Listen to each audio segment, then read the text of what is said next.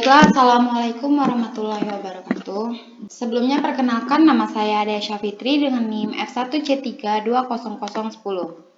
Baiklah, pada kesempatan kali ini saya akan sedikit menjelaskan apa itu paradoks kembar.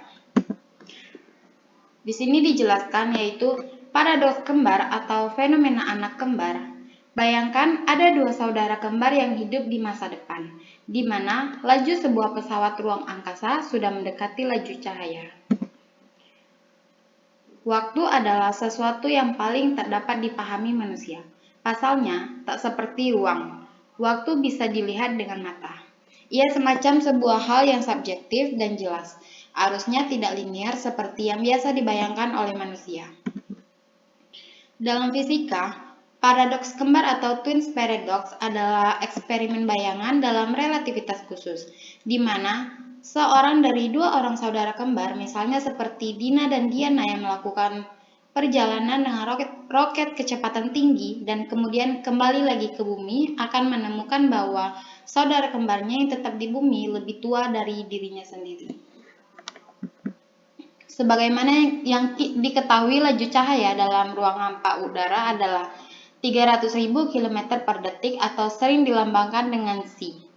Pada saat keduanya berumur 20 tahun, Dina meninggalkan saudara kembarnya tersebut untuk pergi ke sebuah bintang yang jaraknya 20 tahun cahaya dengan sebuah pesawat luar angkasa. Yaitu 20 tahun cahaya adalah jarak yang ditempuh cahaya selama 20 tahun. Pesawat luar angkasa yang digunakan oleh Dina bergerak dengan laju 0,8 cc. Setelah sampai di bintang yang dituju, Dina kembali ke bumi. Alangkah terkejutnya dia ketika mendapati Diana yang tinggal di bumi telah berusia 70 tahun, sedangkan dirinya baru berusia 50 tahun. Dapat kita diketahui dari persamaan seperti L sama dengan L0 akar 1 V kuadrat per C kuadrat.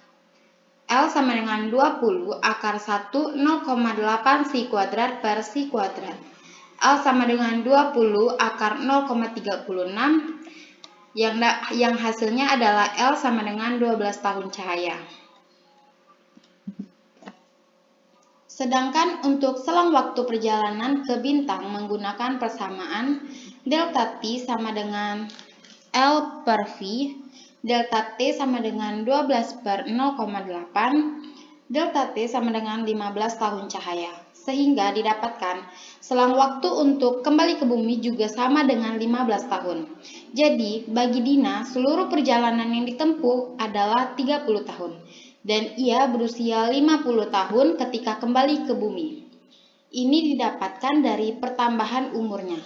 Ketika berangkat yaitu 20 tahun ditambah dengan lamanya perjalanan selama 30 tahun.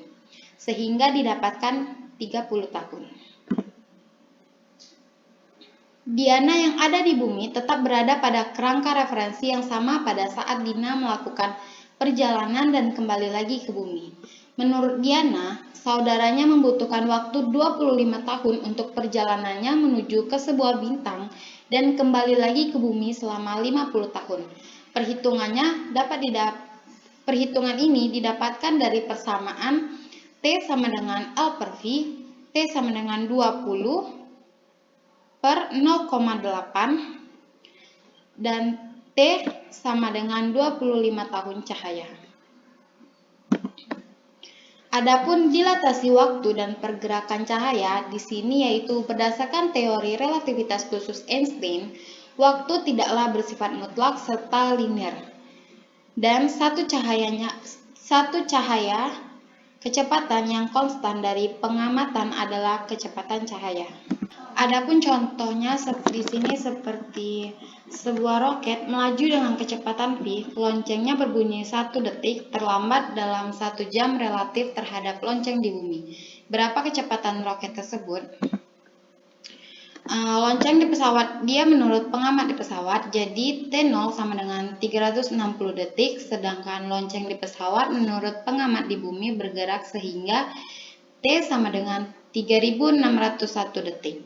Dengan menerapkan rumus pemuaian waktu seperti T sama dengan T0 per akar 1 V kuadrat per C kuadrat, Akar 1 V kuadrat per Si kuadrat sama dengan T0 per T. V kuadrat per Si kuadrat sama dengan 1 kurang T0 kuadrat per T kuadrat. V sama dengan C akar 1 T0 kuadrat per T kuadrat sama dengan 3 dikali 10 pangkat 5. Akar T 3600 kuadrat per 3601 kuadrat sama dengan 7,1 kali 10 pangkat 6 M per S. Hanya itu yang dapat saya sampaikan, lebih dan kurang saya mohon maaf. Wabillahi taufiq wal hidayah. Wassalamualaikum warahmatullahi wabarakatuh.